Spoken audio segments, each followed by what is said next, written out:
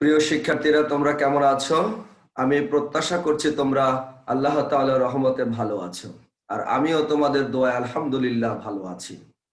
COVID-19 তথা corona ভাইরাসের এই ক্রান্তি লগ্নে শরীয়তপুরের Majid Zarina foundation school and college সার্বক্ষণিকভাবে তোমাদের সঙ্গে রয়েছে এবং ভবিষ্যতেও থাকবে। এজন্য সংশ্লিষ্ট কলেজ কর্তৃপক্ষকে আমি আন্তরিকভাবে ধন্যবাদ জ্ঞাপন করছি।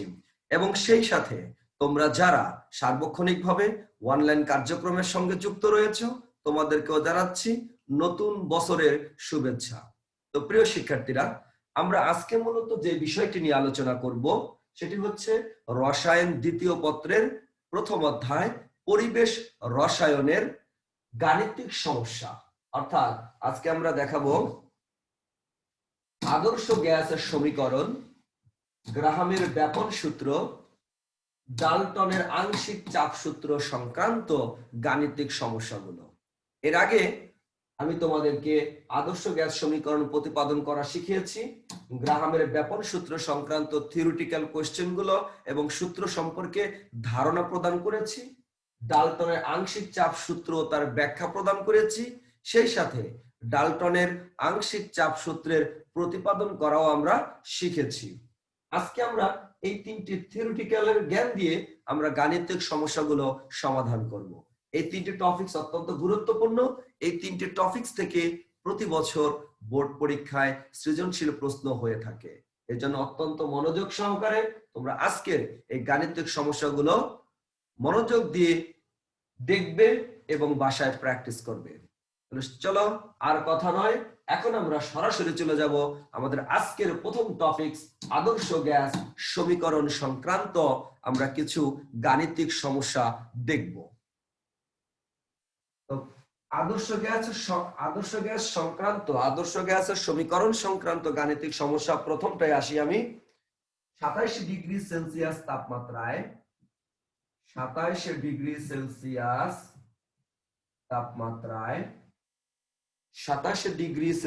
তাপমাত্রায় 740 মিলিমিটার চাপে 740 মিলিমিটার পারদ চাপে 740 মিলিমিটার পারদ চাপে 1 ডেসি ঘনমিটার সালফার ডাইঅক্সাইড গ্যাসে কয়টি অণু আছে? কয়টি অণু আছে? আমরা দেখতে পাচ্ছি যে 27 ডিগ্রি সেলসিয়াস তাপমাত্রায় 744 আমরা 44 দেব না, 740 দেব। 740 মিলিমিটার পারদ চাপে 1 ডেসি ঘনমিটার সালফার ডাইঅক্সাইড গ্যাসে কয়টি অণু আছে? তাহলে কয়টি অণু আছে এটা আমরা কিভাবে সমাধান করব? তো প্রথমে আমরা লিখবো যে আমরা জানি পিভি, আমরা সলিউশন করছি, আমরা জানি PV is equal to NRT. এই সমীকরণটা আমরা অনেক প্রতিপাদন করেছি। আদর্শ গ্যাসের সমীকরণ PV is equal to NRT. আমরা এন এর মানটা বের করব। এন সমান কত? PV divided by RT. তাহলে এন এর মানটা কত হয়? এখানে একটা বিষয় লক্ষণীয় যে এখানে আমার চাপ কত? চাপ হচ্ছে 740 মিলিমিটার পারদ চাপ। আমরা এসআই একক, সিজিএস একক এবং লিটার বায়ুচাপ একক, এই তিনটি এককের যে কোনো একটি এককে আমাদের অঙ্ক করতে হবে। আমি চাপ যদি লিটার বায়ুচাপ এককে নেই, তাহলে আমরা আয়তনও লিটার বায়ুচাপ এককে নিব। আমরা চাপ যদি সিজিএস এককে নেই, আয়তনও সিজিএস এককে নিব। আমরা চাপ যদি এসআই এককে নেই, তাহলে আয়তনও আমরা এসআই এককে নিব। তাহলে অঙ্ক করার সুবিধার্থে আমরা এই তিনটি এককের মধ্যে লিটার বায়ুচাপ এককটা সবচেয়ে সহজ। এই ক্ষেত্রে লিটার বায়ুচাপ এককে কনভার্ট করা খুব সহজ হয়। এজন্য আমরা লিটার বায়ুচাপ এককে অঙ্কগুলো করার চেষ্টা করব। তাহলে 740 মিলিমিটার পারদ চাপকে আমরা যদি অ্যাটমসফিয়ারে নিতে চাই, তাহলে 740 কে ভাগ দিতে হবে 760 দিয়ে।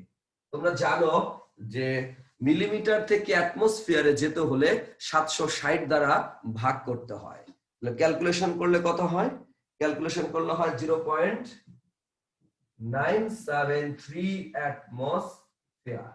0.973 অ্যাটমসফিয়ার। এরপর আমরা আসি আয়তন। আয়তন v is equal to 1 ডেসিঘনমিটার। তো 1 ডেসিঘনমিটার যে কথা, লিটার একই কথা। 1 ডেসিঘনমিটার যে কথা, লিটার একই কথা। এরপর আমরা দেখব তাপমাত্রা। তাপমাত্রা হচ্ছে 27 ডিগ্রি সেলসিয়াস। এটা আমরা কেলভিন এককে নিব, তাহলে 300 কেলভিন আমরা পেয়ে গেলাম। অতএব n এর মানটা আমাদের বের করতে হবে।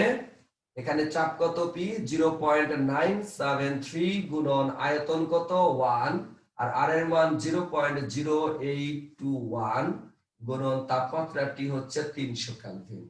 এখানে আমরা আরেকটা বিষয় অ্যাড করে দেই, মোলার গ্যাস ধ্রুবক R is equal to 0.0821 litre atmosphere per kelvin per mole. অতএব আমার n এর মান বের করতে হবে, n এর মান বের করলাম।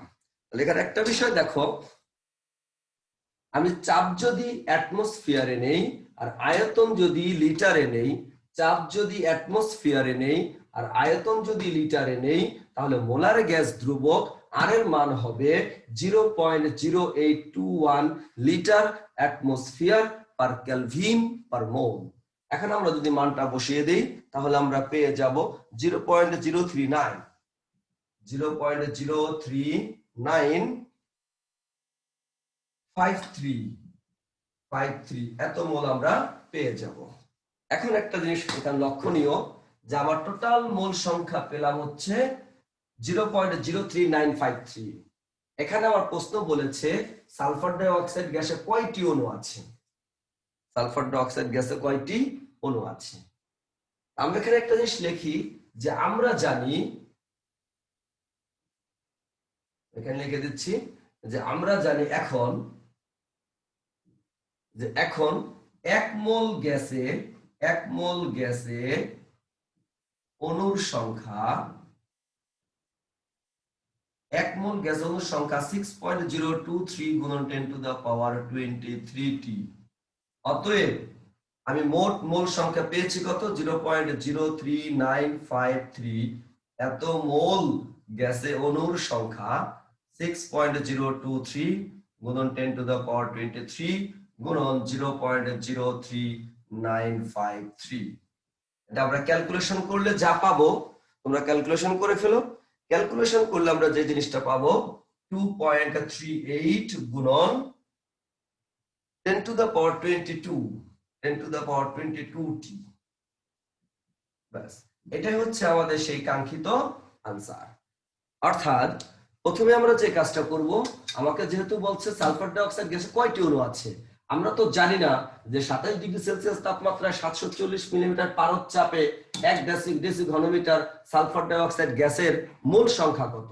আমরা আগে মোল সংখ্যাটা বের করব, এরপর আমরা লিখব যে এক মোল গ্যাসে অণুর সংখ্যা 6.023 গুণন 10 টু দা পাওয়ার 23 অতএব 0.03953 মোল গ্যাসে অণুর সংখ্যা কতটি। এক মোল আমরা এখানে লিখতে পারি এক মোল সালফার ডাই অক্সাইড গ্যাসে অণুর সংখ্যা। তাহলে আর একটু ক্লিয়ার হলো। তাহলে এই জাতীয় অঙ্কগুলো তোমরা এভাবে সমাধান করতে পারবে। আশা করি তোমরা বুঝতে পেরেছো।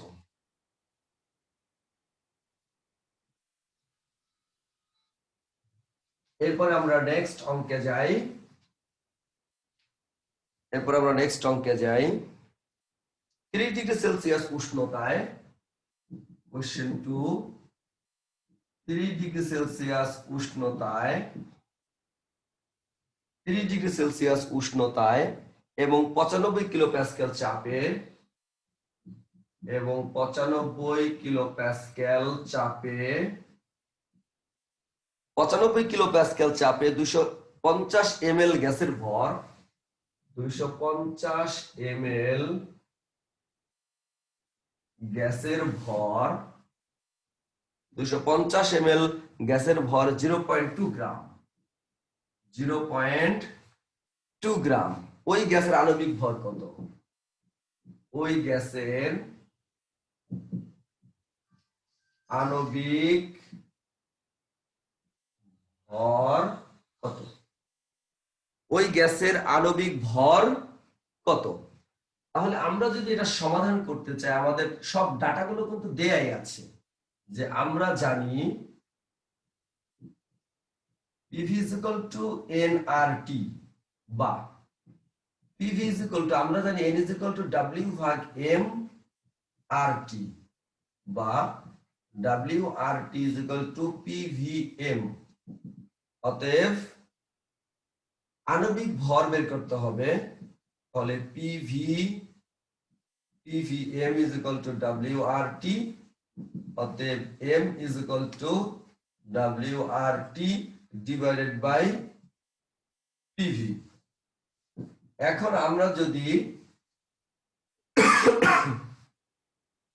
আমরা যদি মানগুলো বের করি, W সমান কত? 0.2 গ্রাম, তারপরে হচ্ছে টি কত? 30 ডিগ্রি সেলসিয়াস তাপমাত্রা = 303 কেলভিন, চাপ P কত? 95 কিলো প্যাসকেল। তো কিলো প্যাসকেল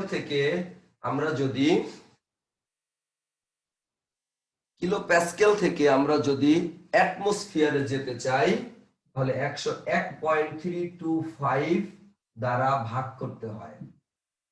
101.325 দ্বারা ভাগ করতে হয়। ভাগ করলে আমরা পাবো 0.937 অ্যাটমসফিয়ার। আর আয়তন কত? আয়তন আছে 250 মিলিলিটার। এটাকে আমাকে নিতে হবে লিটারে, তাহলে 0.25 লিটার। 0.25 লিটার।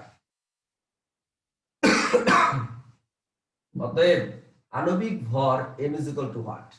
এখন আমি যদি ক্যালকুলেশন করার জন্য মানগুলো বসিয়ে দেই, W কত? 0.2। আর এক্ষেত্রে আমরা R এর মানটা কত বসাবো? R এর মানটা বসাবো 0.0821 litre atmosphere per kelvin per mole. অতএব আণবিক ভর M = what? তাহলে 0.0821 গুণন তাপমাত্রা কত? 303, চাপ কত? 0.937 গুণন আয়তন V কত? 0.25। এখন এটাকে আমাকে ক্যালকুলেশন করতে হবে। এখন আমরা ক্যালকুলেশন করে ফেলি। ক্যালকুলেশন করলে আমরা যেটা পাবো সেটা হচ্ছে 21.24। 21.24 এটাই হচ্ছে আমাদের কাঙ্ক্ষিত আণবিক ভর। তাহলে আদর্শ গ্যাস সমীকরণ ব্যবহার করে, অর্থাৎ PV = nRT সমীকরণ ব্যবহার করে আমরা আণবিক ভর বের করতে পারবো, আমরা চাপ বের করতে পারবো, আমরা আয়তন বের করতে পারবো, আমরা কোনো পদার্থের ভর বের করতে পারবো, মোল সংখ্যা বের করতে পারবো। তাহলে এই সূত্রটার মাধ্যমে আমরা যে কোনো কিছু চাইলে, ভর, আণবিক ভর, তাপমাত্রা, চাপ, আয়তন, মোল সংখ্যা, এগুলো যাই চাক, আমরা এগুলো খুব সহজেই মানগুলো বসিয়ে আমরা সহজে ক্যালকুলেশন করে বের করতে পারবো।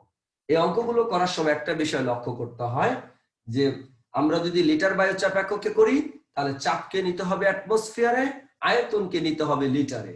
এই যে কিলো প্যাসকেল ছিল, আমি অ্যাটমসফিয়ারে নিয়েছি, আয়তন মিলিলিটারে ছিল, আমি লিটারে নিয়েছি। চাপ যখন অ্যাটমসফিয়ার, আয়তন যখন লিটার, ঠিক তখনই মোলার গ্যাস ধ্রুবক আর এর মান হবে 0.0821 litre atmosphere per kelvin per mole. এ ছিল আদর্শ গ্যাস সমীকরণ সংক্রান্ত অঙ্ক। এভাবে আমরা আদর্শ গ্যাসের সমীকরণ সংক্রান্ত অঙ্ক খুব সহজেই বের করতে পারবো। এবারে আমরা ব্যাপন হার সংক্রান্ত কিছু অঙ্ক দেখতে চাই। ব্যাপন হার সংক্রান্ত কিছু আমরা অঙ্ক দেখব।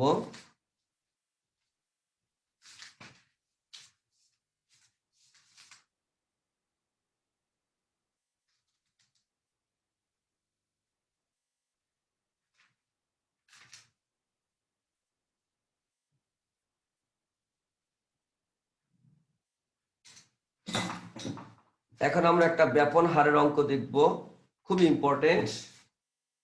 চলো এবার আমরা ব্যাপন হার দেখি।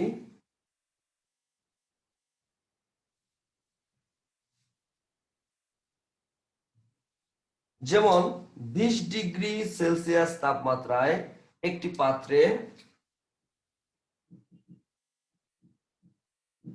20 ডিগ্রি সেলসিয়াস তাপমাত্রায়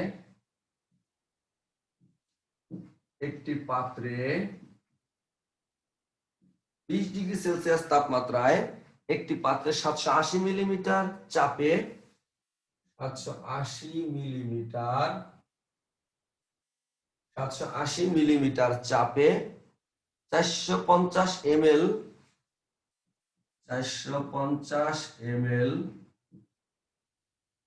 এ গ্যাসের ভর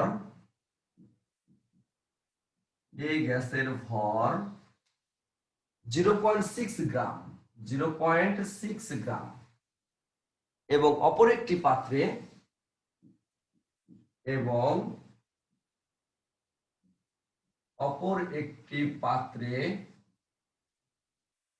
অপর একটি পাত্রে 750 মিলিমিটার চাপে 750 মিলিমিটার চাপে 500 ml বি গ্যাসের ভর 500 ml বি গ্যাসের ভর 0.4 গ্রাম 0.4 গ্রাম গ্যাস দুটির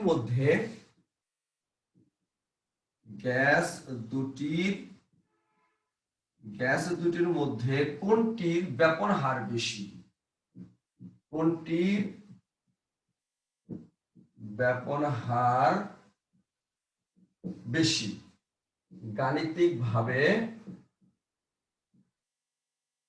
গাণিতিকভাবে বিশ্লেষণ করো। এটা আমরা চিত্রের মাধ্যমেও বা বক্সের মাধ্যমে আমরা দুইটা পাত্র লিখে এরপর এটাকে আমরা কম্পেয়ার করতে পারি। প্রশ্নটা আমি আরো একবার দেখি যে 20 ডিগ্রি সেলসিয়াস তাপমাত্রায় একটি পাত্রে 780 মিলিমিটার চাপে 450 ml এই গ্যাসের ভর দেয়া আছে 0.6 গ্রাম। অপর একটি পাত্রে 750 মিলিমিটার চাপে 500 ml বি গ্যাসের ভর দেয়া আছে 0.4 গ্রাম। গ্যাস দুটির মধ্যে কোনটির ব্যাপন হার বেশি হবে? গাণিতিকভাবে বিশ্লেষণ করো। তো প্রথমেই আমরা যে কাজটি করব সলিউশন এ গ্যাসের ক্ষেত্রে আমরা হেডলাইন দিব এ গ্যাসের ক্ষেত্রে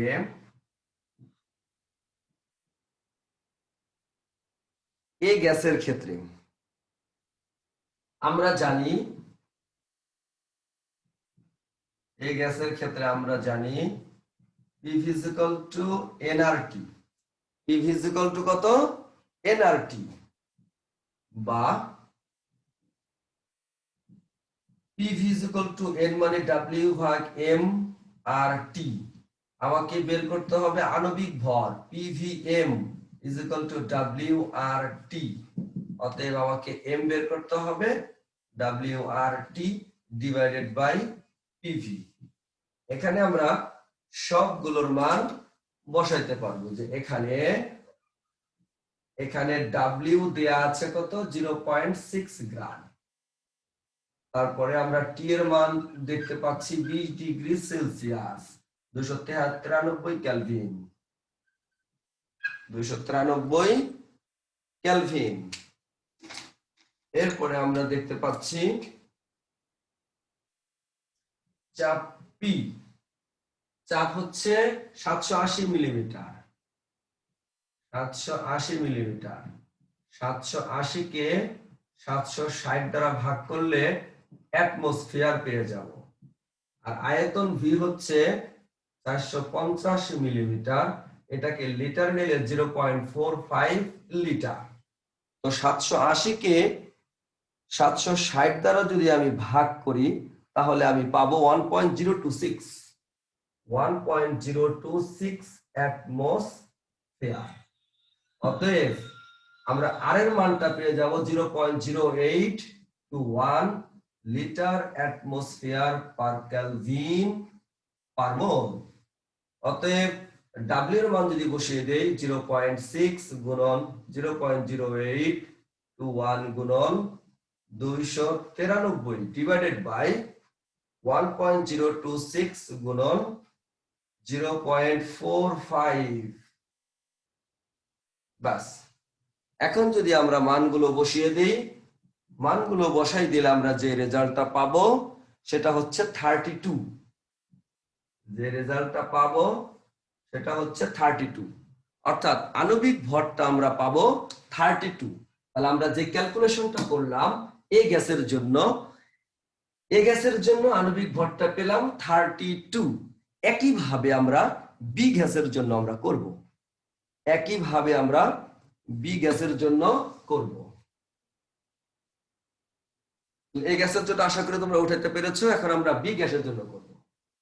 আমরা যদি বি গ্যাসের জন্য যদি করি তাহলে আমাদের শুধু চাপটা শুধু চেঞ্জ হবে, আয়তনটা চেঞ্জ হবে, আর সবকিছু আমরা কি রাখবো, ঠিক রাখবো।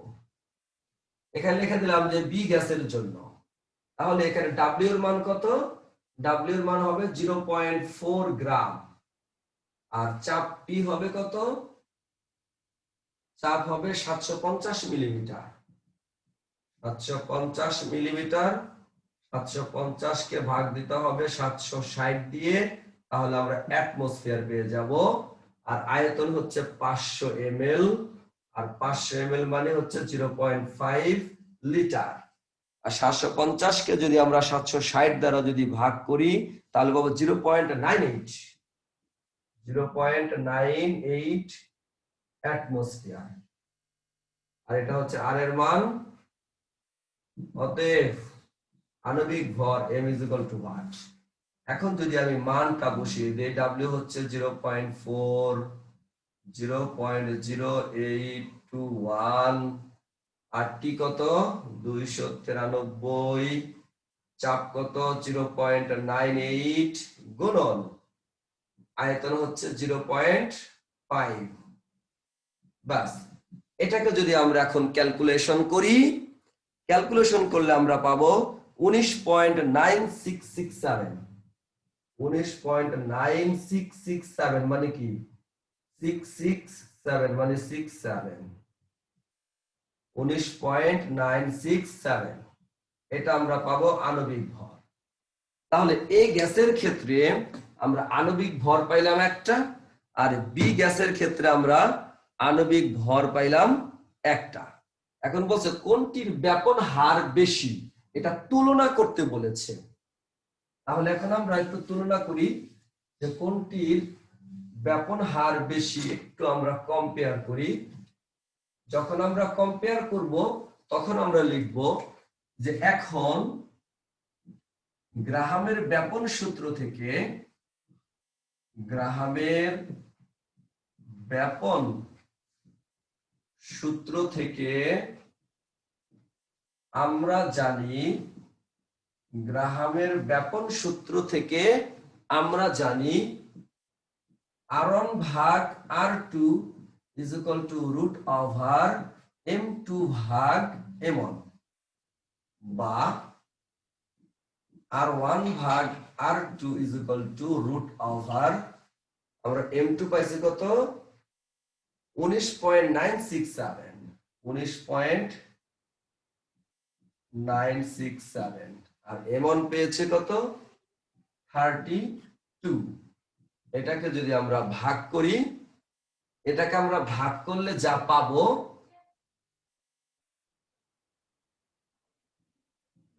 R1 ভাগ R2, এটাকে ভাগ করলে আমরা যা পাবো সেটা বের করবে। বের করার পরে যে কাজটা করবে R1 is equal to যেটা হবে সেটা গুণন R2, সেটা গুণন R2। এরপরে এটা দেখে কম্পেয়ার করতে হবে, এটা দেখে কম্পেয়ার করতে হবে যে কার ব্যাপন হার বেশি। তাহলে এক কথায় আমরা যদি হিসাব করি যে 19.967 ডিভাইডেড বাই 32। আমি একটু ক্যালকুলেশনের জন্য একটু ক্যালকুলেটরটা নিয়ে আসি।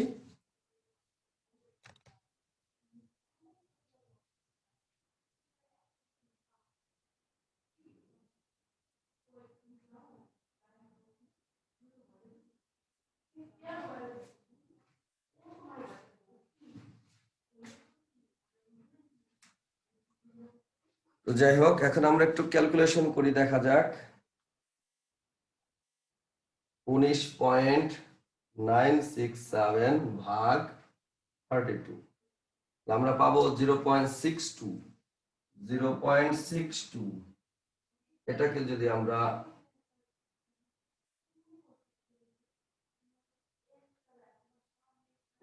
আমরা রুট ওভার করি,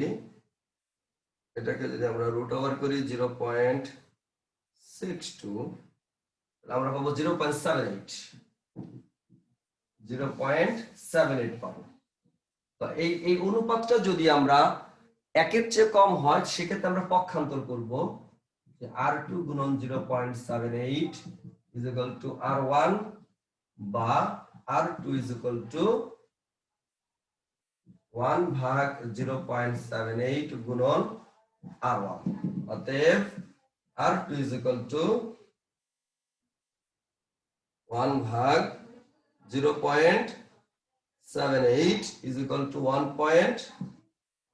1.28 গুণন হচ্ছে R1। তাহলে আমরা কি দেখতে পাচ্ছি, যে যেহেতু R2 is greater than R1, সুতরাং বি গ্যাসের ব্যাপন হার এ গ্যাসের ব্যাপন হারের চেয়ে বেশি। এটাই হচ্ছে আমাদের কাঙ্ক্ষিত উত্তর, যে যেহেতু R2 এর মানটা R1 এর মানের চেয়ে বড়, চাইতে বড়, সুতরাং আমরা বলতে পারি R2 টা মানে হচ্ছে বি গ্যাস, R1 টা হচ্ছে এ গ্যাস। অর্থাৎ বি গ্যাসের ব্যাপন হার এ গ্যাসের ব্যাপন হারের চেয়ে বেশি হবে। অর্থাৎ উল্টাভাবে বলতে গেলে এ গ্যাসের ব্যাপন হার বি গ্যাসের ব্যাপন হারের তুলনায় কম হবে। এভাবে আমাদের সৃজনশীল প্রশ্নগুলো আসবে, যে কোনটির ব্যাপন হার বেশি, কোনটির ব্যাপন হার কম, কোন পাত্রের গ্যাসের ব্যাপন হার বেশি। আশা করি এখন তোমরা খুব সহজেই উত্তর করতে পারবে।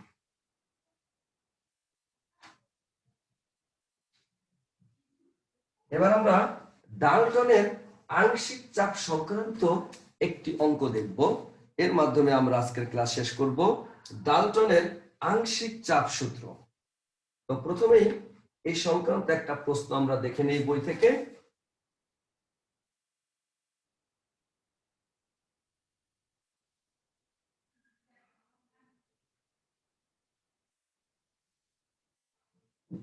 কোশ্চেন 4, আমরা দুইটা পাত্র দিচ্ছি, এই একটা পাত্র আমরা দিচ্ছি। এই পাত্রে এটা নাম দিলাম হচ্ছে এ গ্যাস 0.8 গ্রাম, 760 মিলিমিটার, 760 মিলিমিটার, আর হচ্ছে 500 ml, অপর একটা গ্যাস দিলাম বি গ্যাস, যা হলো 0.7 গ্রাম, 770 মিলিমিটার পারদচাপ, 600 মিলিলিটার হচ্ছে আয়তন। আর এটার নাম দিয়েছে স্টপ কর্ক, এটার নাম হচ্ছে স্টপ কর্ক। অর্থাৎ আমরা একটি স্টপ কর্ক দিয়েছি, স্টপ কর্কের আমরা একটা এ পাত্র দিয়েছি, এ নাম দিলাম, একটা নাম দিলাম বি। এখন আমাদের প্রশ্ন হলো, আমরা যদি গতে দিই একটা প্রশ্ন, সেই প্রশ্নটা হচ্ছে স্টপ কর্ক খুলে দিলে স্টপ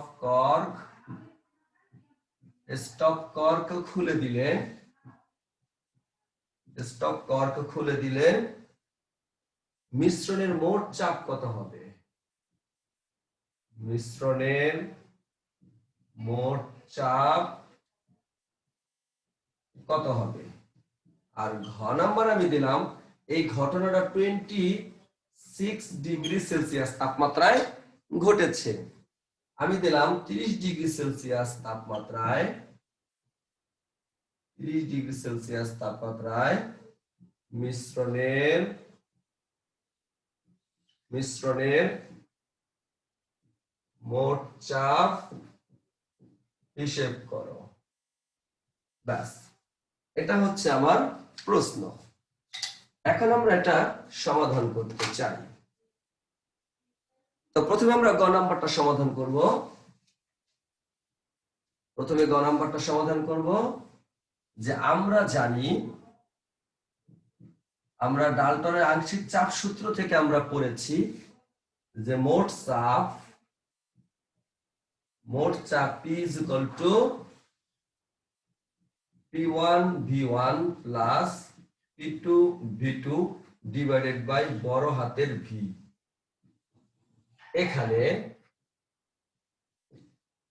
এখানে আমাদের যে কাজটা করতে হবে সেটা হচ্ছে পিয়নটা কত সেটা লিখতে হবে। পিয়ন হচ্ছে 760 মিলিমিটার, 760 মিলিমিটার। ভিয়নটা কত? 500 ml। আর P2টা কত? 770 মিলিমিটার। V2টা কত? 600 ml।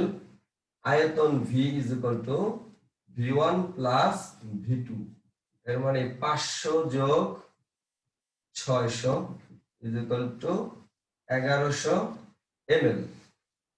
বাস, এই বিষয়গুলো আমরা লিখে নিব। এরপর আমরা মানগুলো বসিয়ে দিব। পিয়ন কত? 760, ভিয়ন কত? 500 যোগ P2 কত?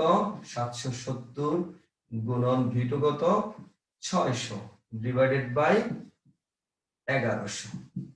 এখন ক্যালকুলেশন করলে, এখন যদি আমরা ক্যালকুলেশন করি তাহলে যেটা পাবো সেটাই হচ্ছে আমাদের কাঙ্ক্ষিত রেজাল্ট, 45 মিলিমিটার। এটাই হচ্ছে আমাদের আনসার। তাহলে স্টপ কর্ক খুলে দিলে মিশ্রণের মোট চাপ কত হবে? তাহলে মোট চাপ বের করার সূত্র হচ্ছে capital P is equal to P1 V1 plus P2 V2 divided by capital V। এখানে পিয়ন হচ্ছে প্রথম পাত্রের চাপ, ভিয়ন হচ্ছে প্রথম পাত্রের আয়তন, P2 হচ্ছে দ্বিতীয় পাত্রের চাপ, V2 হচ্ছে দ্বিতীয় পাত্রের আয়তন, ডিভাইডেড বাই ক্যাপিটাল V। এই ক্যাপিটাল V দ্বারা বোঝায় প্রথম পাত্র এবং দ্বিতীয় পাত্রের মোট আয়তন। প্রথম পাত্রের মোট আয়তন হচ্ছে 500, দ্বিতীয় পাত্র 600, দুইটা যোগ করলে হয় 1100 মিলিলিটার। এখন তোমাদের একটি প্রশ্ন জাগতে পারে, কেন আমি মিলিমিটারকে অ্যাটমসফিয়ারে নিলাম না, কেন মিলিলিটারকে আমি লিটারে নিলাম না? এখানে যেহেতু মোলার গ্যাস ধ্রুবক আর এর কোনো ঝামেলা নেই, এখানে মোলার গ্যাস ধ্রুবক আর এর কোনো ঝামেলা নেই, সেহেতু দুই পাত্রের আয়তন যদি মিলিলিটার মিলিলিটার থাকে কোনো সমস্যা নাই, লিটার লিটার নিলেও কোনো সমস্যা নাই। আবার চাপ যদি আমি অ্যাটমসফিয়ার নেই তাতেও সমস্যা নাই, আবার মিলিমিটার মিলিমিটার নিলেও কোনো সমস্যা নাই। তবে মনে রাখতে হবে দুই পাত্রের চাপ একই এককে হতে হবে, দুই পাত্রের আয়তনও একই এককে হতে হবে, তাহলে আমাদের কোনো ঝামেলা নেই আমরা যে এককই ব্যবহার করি না কেন। তাহলে মোট চাপ পেয়ে গেলাম 765.45 মিলিমিটার। আমাদের গ নম্বর উত্তর শেষ এবং ঘ নম্বরে আমরা চলে আসি। ঘ নম্বর প্রশ্নে ছিল, গ নম্বর শেষ।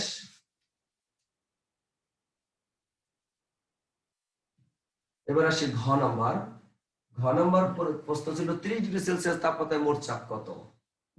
এবার আমরা করব 30 ডিগ্রি সেলসিয়াস তাপমাত্রায়, 30 ডিগ্রি সেলসিয়াস তাপমাত্রায় মোট চাপ কত?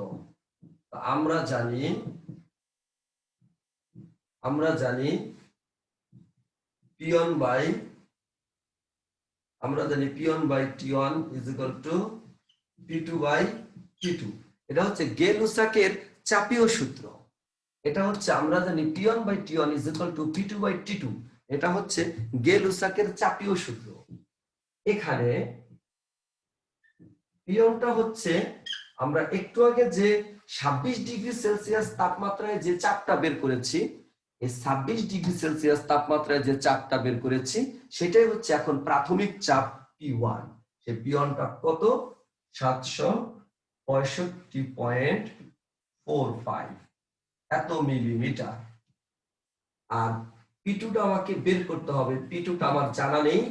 আর T1 হচ্ছে 26 ডিগ্রি সেলসিয়াস তাপমাত্রা, 26 ডিগ্রি সেলসিয়াস তাপমাত্রা সমান কত?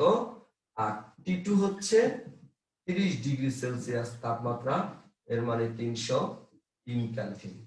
আর 273 83 93 639 299 কেলভিন।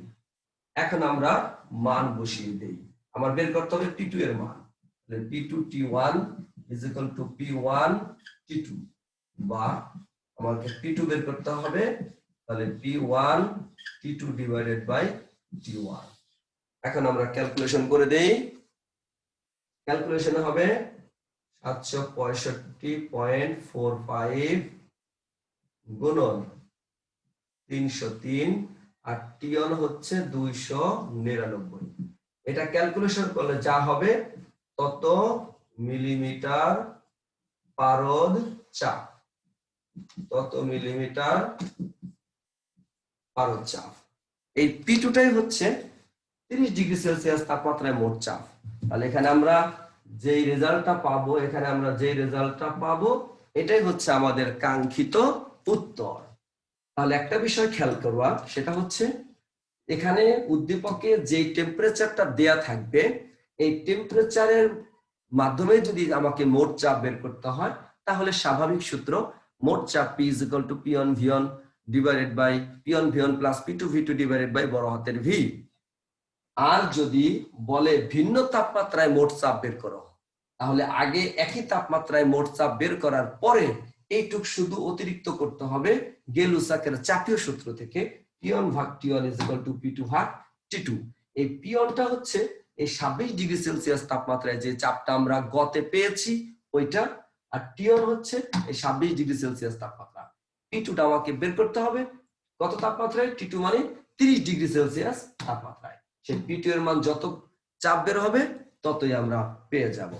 তাহলে শিক্ষার্থী বন্ধুরা, আমরা ডাল্টনের আংশিক চাপ সূত্র ব্যবহার করে ইতোমধ্যে আমরা একটি সৃজনশীল প্রশ্ন সমাধান করলাম। এর আগে আমরা গ্রাহামের ব্যাপন সূত্রের মাধ্যমে আমরা কার ব্যাপন হার বেশি গাণিতিকভাবে বিশ্লেষণ করা শিখলাম। এর আগে আমরা আদর্শ গ্যাসের সমীকরণ ব্যবহার করে আমরা কতিপয় গাণিতিক সমস্যা সমাধান করেছি। আমি প্রত্যাশা করছি, আমি আশা করছি তোমরা এই 3টি টপিকস খুব ভালোভাবে করলে খুব গুরুত্বপূর্ণ সৃজনশীল প্রশ্নগুলো তোমরা কমন পেয়ে যাবে। তো আজকে আর নয়, তোমরা সবাই ভালো থাকো, সুস্থ থাকো, নিরাপদে থাকো। সবার সুস্বাস্থ্য কামনা করে আজকের ক্লাস এখানে শেষ করছি। আল্লাহ হাফেজ।